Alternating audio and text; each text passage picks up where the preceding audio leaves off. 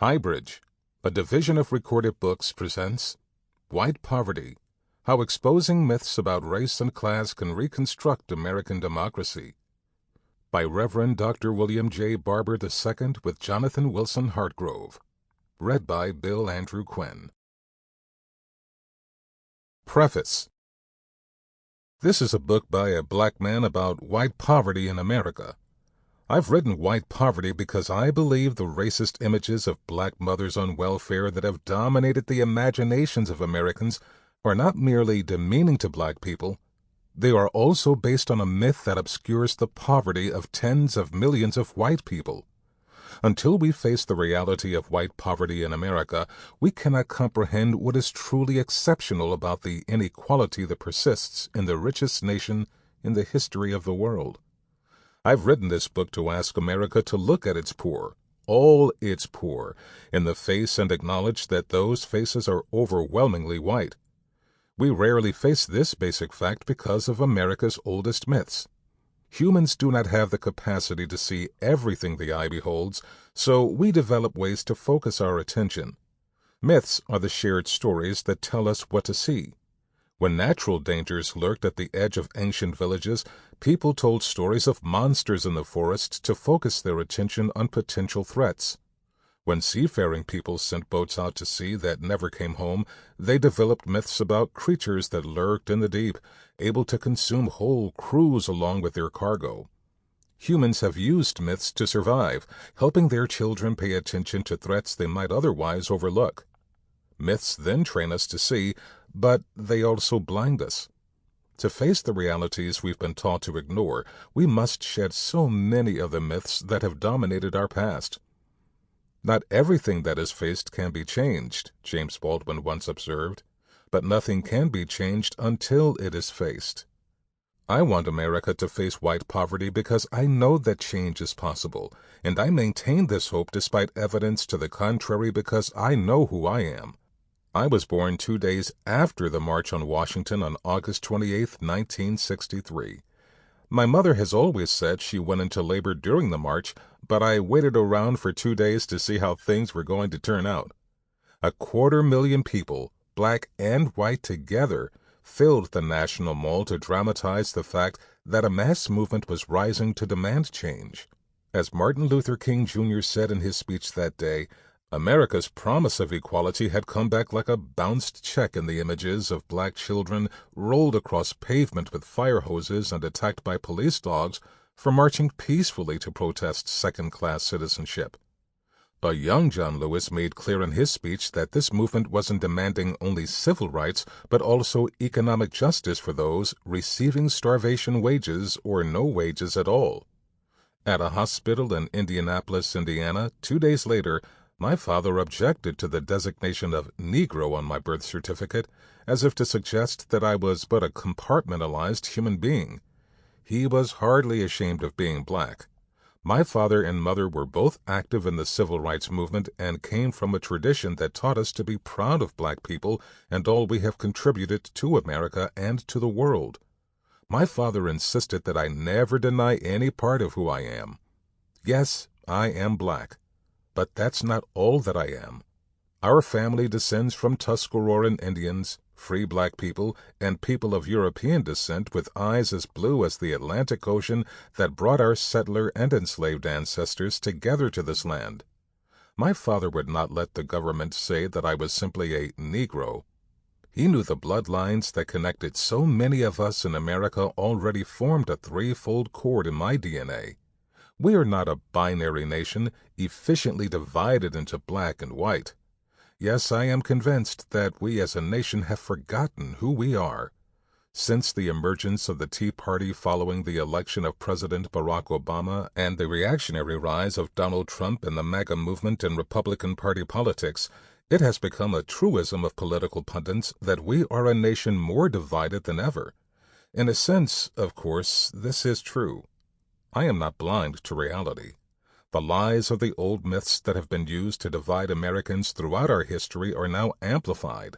the volume turned up not only by political campaigns, but also by the wraparound cycle of cable news, by the culture of social media, by corporation-funded and billionaire-subsidized activists, and by officious school board members determined to stamp out political correctness.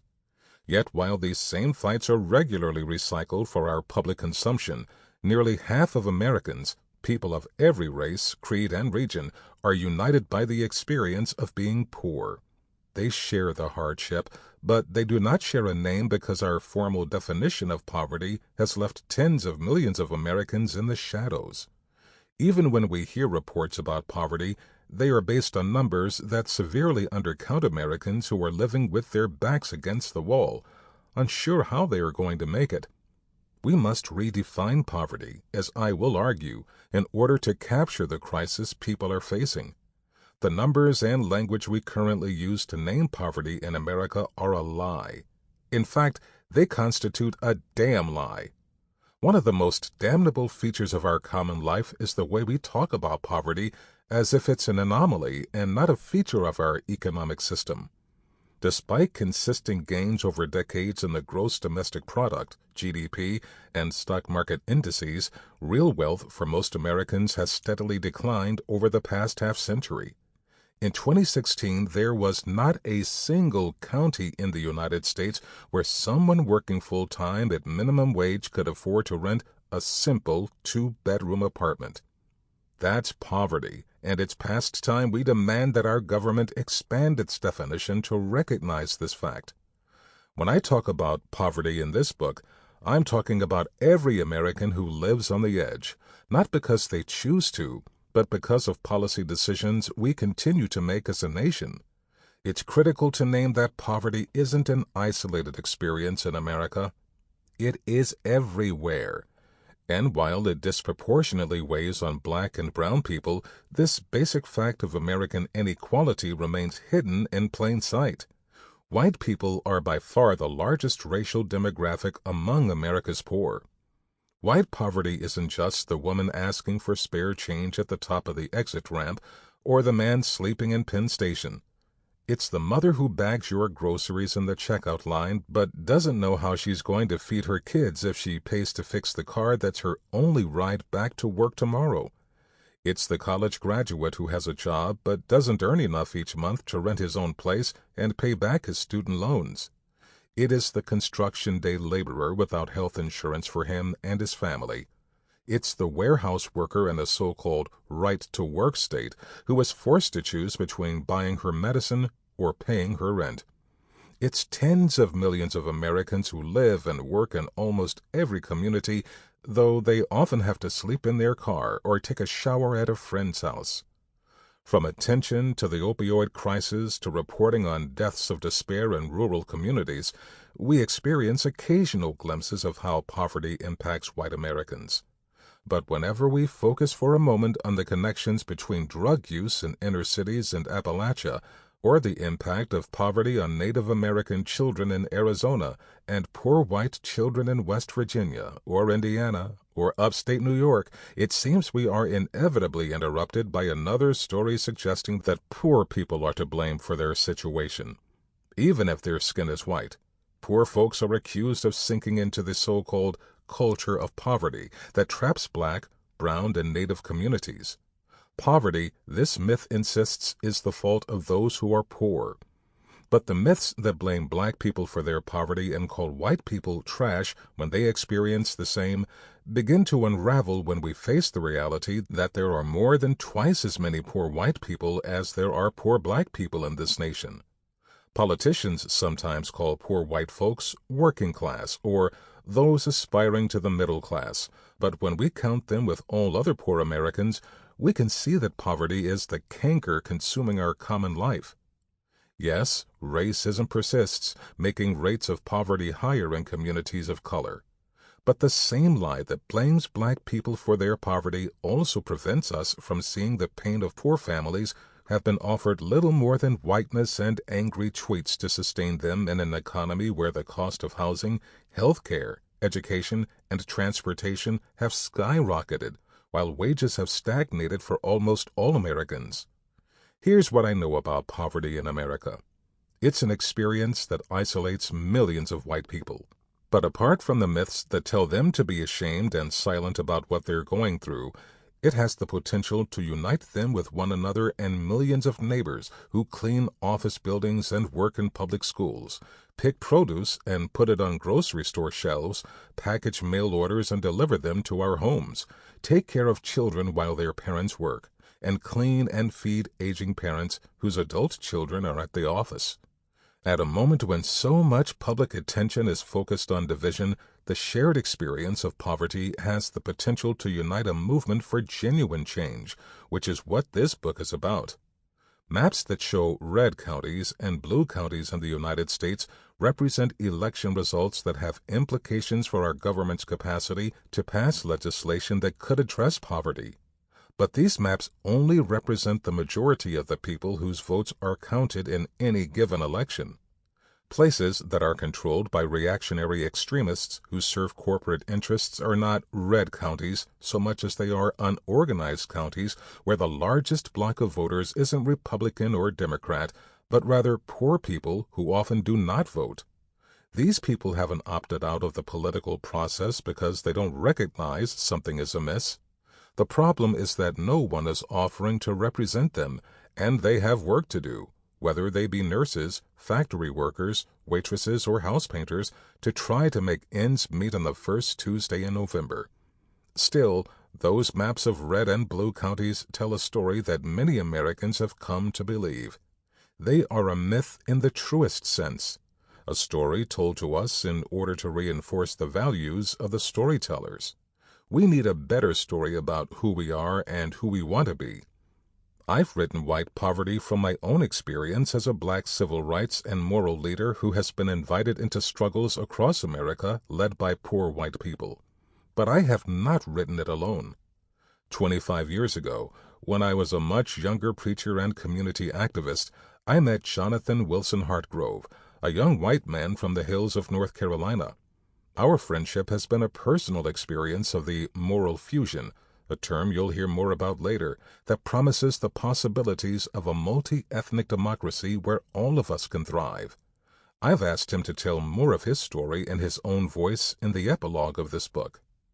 In the summer of 2020, after the public murder of George Floyd by Minneapolis police, America experienced one of the largest mass demonstrations for racial justice in our nation's history.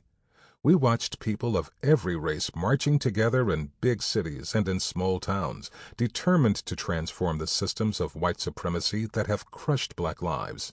In response to this uprising, we have also witnessed a backlash of resentment that has demonized anti-racism, banned books, and sown division among people who overwhelmingly affirmed the basic assertion that Black Lives Matter. I realize that, in this moment, it may seem strange that a black man who stands in the long tradition of black-led freedom struggle would write a book about white poverty. Some of my friends worry that if a black person lifts the lid that obscures white poverty, it somehow diminishes the urgency of addressing black people's pain. But I contend that it actually intensifies the urgency, and in a good way. I take on white poverty as a declaration that black people may have problems, but we are not the problem. Other people face the same struggles we do. It doesn't make any sense to try to fight this battle on our own. It's past time that we come together and stop being played against one another.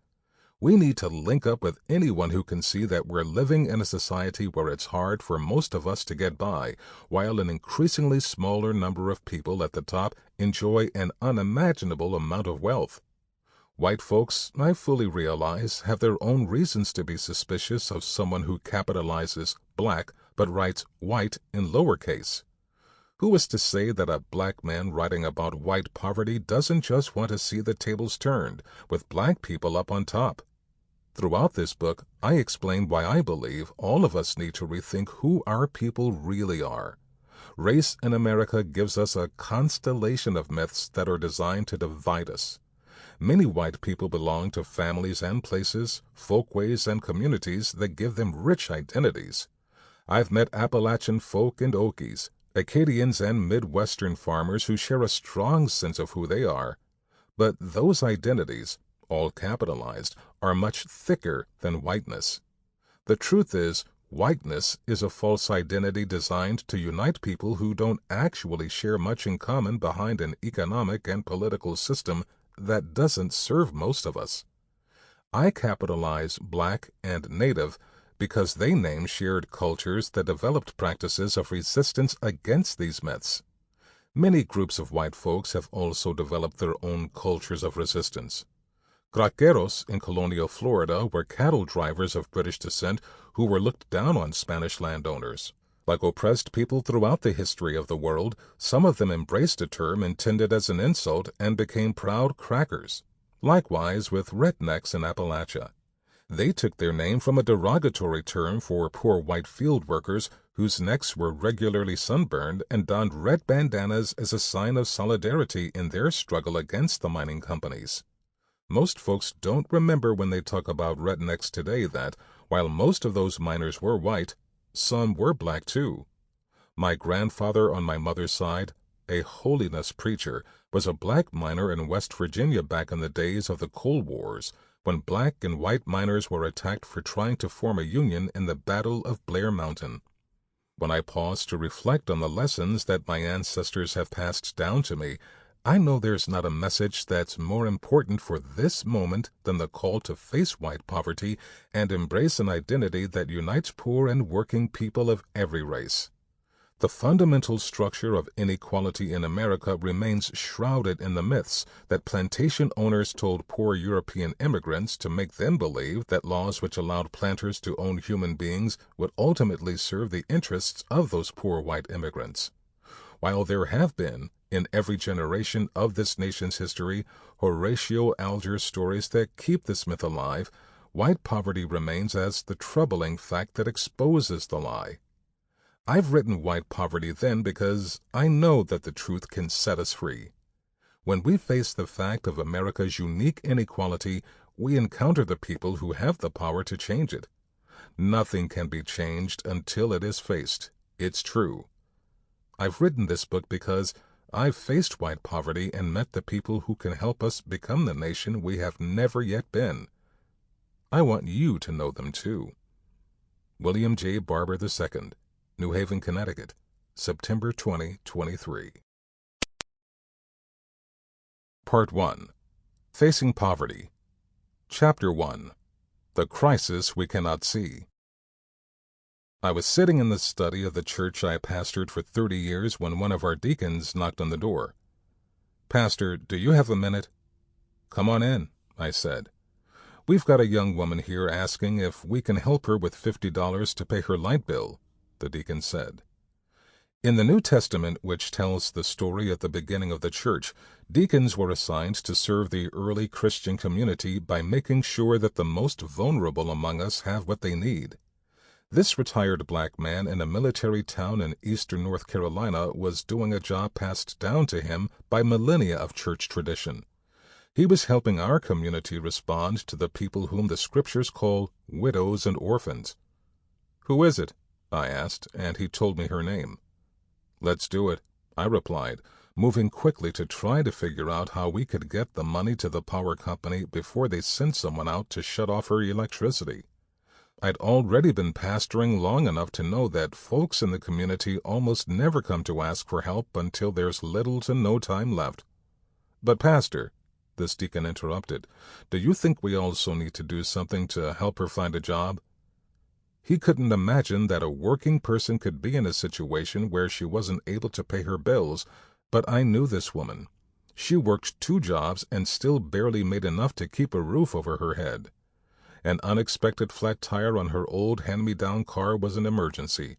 A new set of 4 tires was an unimaginable expense. This deacon was a good man with a good heart, but I realized that day in my study that he couldn't see the poor people that the church had asked him to serve. This wasn't a personal failure on his part. It was, instead, a result of the shared myths that shape how most Americans think about poverty.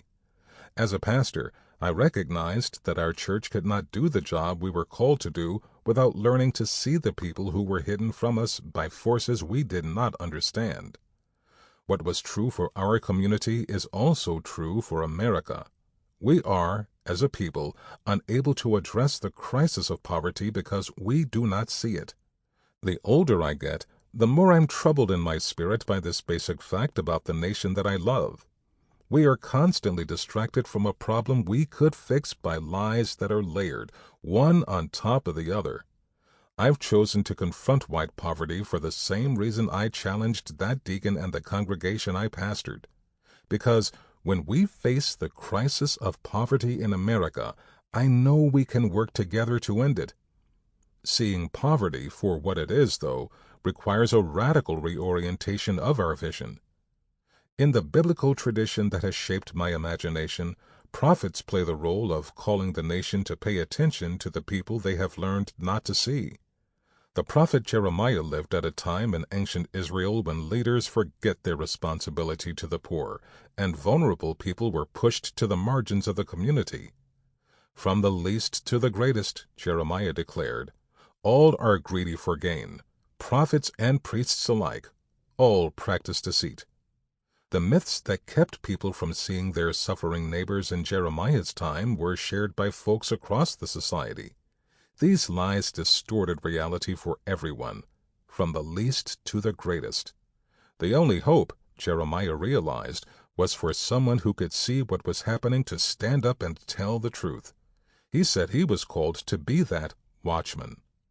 Now, a watchman doesn't have the power to enact policy or administer resources that have been allocated for the common defense. Still, a watchman commits to pay attention, to do what he can to really see. And when a watchman sees something that he knows is a threat to the whole society, he sounds the alarm to draw attention to the crisis.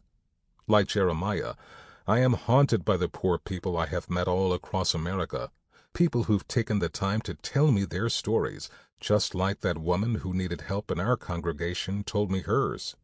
From the suburbs of Seattle to the backwoods of West Virginia, from San Francisco's Tenderloin to the streets of Binghamton, New York, from the hollers of eastern Kentucky to the farmlands of Kansas, America's poor have invited me into their lives and shared their stories.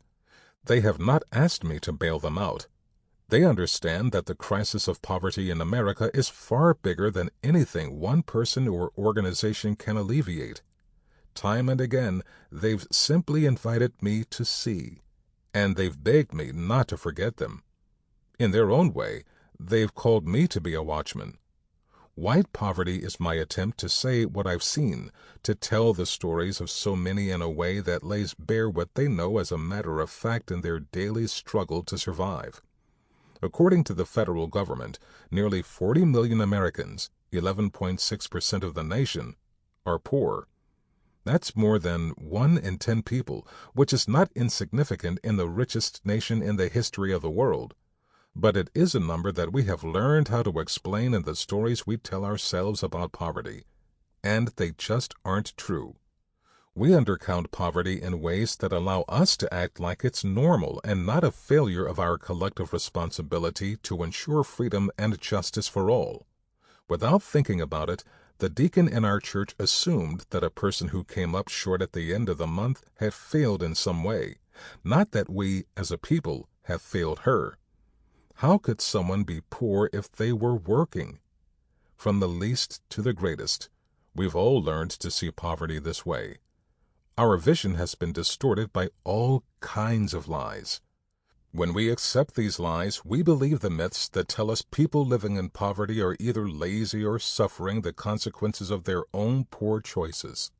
Some versions of this story pity the poor and imagine that compassion toward them would look like mental health treatment, job readiness programs, character development initiatives, or targeted on-ramps to opportunity. In every version of the myth, though, poor people are a small minority. And whether we're conscious of it or not, the myths teach us to imagine that they are black, while their white neighbors who are also poor are encouraged to see themselves as working class.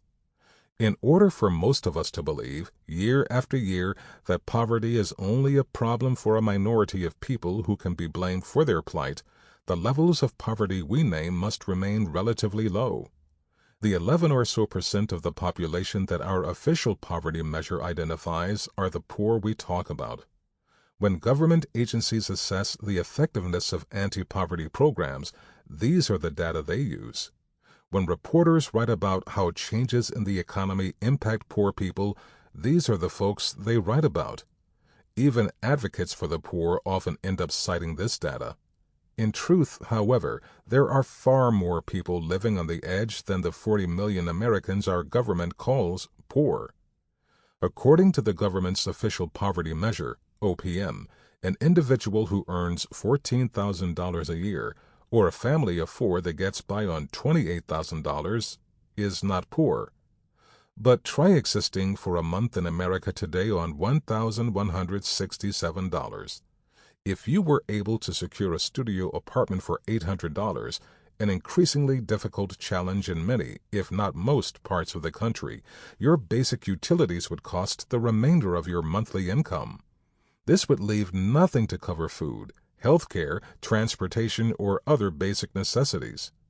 By simply choosing to eat or get to work, you would be borrowing from next month's rent, or swallowing your shame to ask the local church for $50 to help pay your light bill. Without the support of family or friends, you would be homeless in a month's time, but still not poor, according to the OPM. I've met people in America's cities who earn twice the OPM, sometimes working swing shifts at multiple jobs, and still sleep in their car at night because they can't afford to pay rent on top of their other monthly living expenses.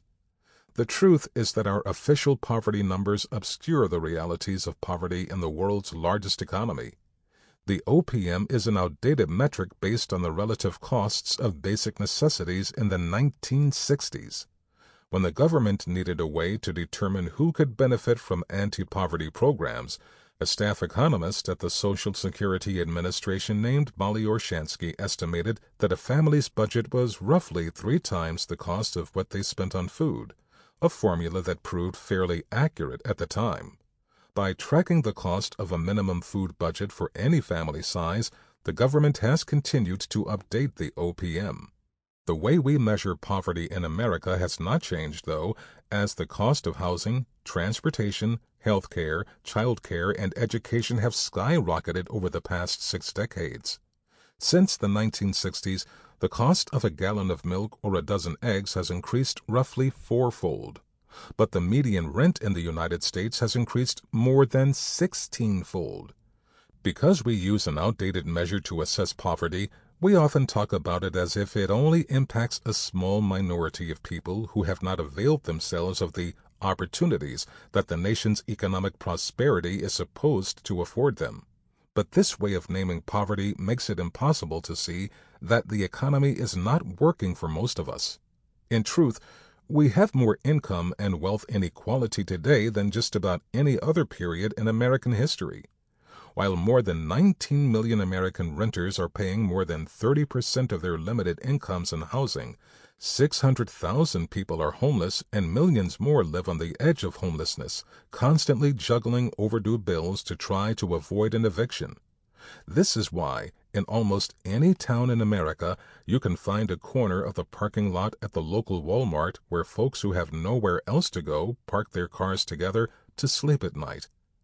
Get to know those cars, and you'll notice them in the drop-off line at your local school, in the parking lot of the places where you shop, maybe even at your church, temple, or mosque on holy days. 63% of U.S. workers today live paycheck to paycheck. The average worker in America makes $54 a week less than they did 50 years ago after adjusting for inflation. When you think about all of the incredible advancements, or at least perceived advancements in technology that have been made over the past 50 years, computers, robotics, artificial intelligence, and the huge increase in worker productivity that has been achieved during that time, it's hard to comprehend that, when all is said and done, real weekly wages for the average American worker are lower today than they were in 1973. How is that possible? The answer is that virtually all of the economic gains of the past half-century have financially benefited the people on top, not working people. At the turn of the 21st century, 85% of the total wealth in the United States was held by 20% of the people. Meanwhile, a full 40% of Americans had no net worth at all. Saddled by debt, 2/5 of the country work every day like sharecroppers of the Old South just to pay bills that are already past due. Sample complete. Ready to continue?